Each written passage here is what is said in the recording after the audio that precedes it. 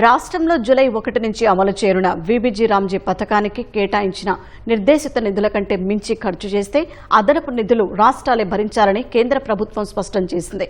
శ్రామికులకు వేతనాలు, నిరుద్యోగ భృతి గడువుల్లోగా బ్యాంకు ఖాతాలో జమ చేయాలని సూచించింది. పథకం అమలుకు రాష్ట్ర స్థాయిలోనూ స్టీరింగ్ కమిటీ ఏర్పాటు చేయాలని కేంద్రం ఆదేశించింది. వీబీజీ రామ్జీ పథకం అమలుకు సంబంధించిన మార్గదర్శకాలతో కేంద్ర గ్రామీణాభివృద్ది మంత్రిత్వ శాఖ ముసాయిదా విడుదల చేసింది.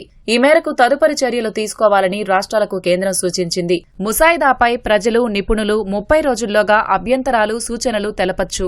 వాటిని పరిశీలించాక తుది నిబంధనలు కేంద్రం ఖరారు చేయనుంది. వీబీజీ రామ్జీలో రాష్ట్రాల్లో గ్రామీణ జనాభా, జీవనోపాధి, ప్రజల ఇతర అవసరాల ఆధారంగా ఏటా రాష్ట్రాలకు నార్మేటివ్ బడ్జెట్ కేటాయిస్తుంది. ఇందులో కేంద్రం వాటా 60%, రాష్ట్రం వాటా 40%గా నిర్ణయించారు.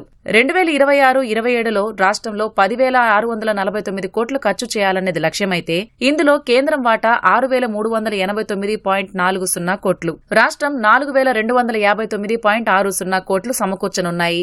వేతనాలు, నిరుద్యోగ భృతి శ్రామికుల బ్యాంకు ఖాతాల్లో డీబీటీ విధానంలో జమ చేయాలని కేంద్రం స్పష్టం చేసింది.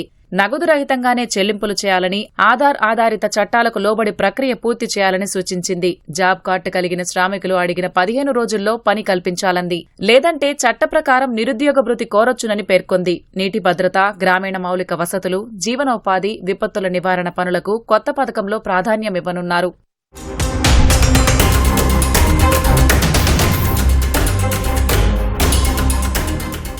వీబీజీ రామ్జీ అమలుకు రాష్ట్ర స్థాయి స్టీరింగ్ కమిటీ ఏర్పాటు చేయాలని కేంద్రం స్పష్టం చేసింది.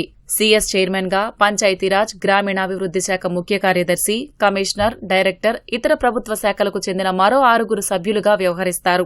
పథకం అమలుతో పాటు పర్యవేక్షణ వంటి కీలక బాధ్యతలు కమిటీ చేపట్టనుంది. ఉపాధి హామీ పథకంలో మాదిరిగానే వీబీజీ రామ్జీ రాష్ట్ర స్థాయి కౌన్సిల్ ఉంటుందని, దీనికి చైర్మన్ గా ముఖ్యమంత్రి ఉంటారని తెలిపింది. ప్రభుత్వం నామినేట్ చేసిన మరో 15 మంది సభ్యులుగా ఉండనున్నారు.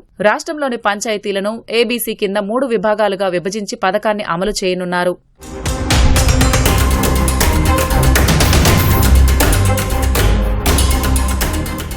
జాతీయ స్థాయిలోనూ కేంద్ర గ్రామీణ ఉపాధి హామీ మండలి ఏర్పాటు చేయనున్నారు. కేంద్ర గ్రామీణాభివృద్ది శాఖ మంత్రి ఈ మండలి అధ్యక్షుడిగా వ్యవహరిస్తారు. పలు కేంద్ర శాఖల ప్రతినిధులు, రాష్ట్రాల అధికారులు, నిపుణులు, పంచాయతీరాజ్ సంస్థల ప్రతినిధులు ఇందులో సభ్యులుగా ఉంటారు. మహిళలకు 3వ వంతు ప్రాతినిధ్యం కల్పించనున్నారు.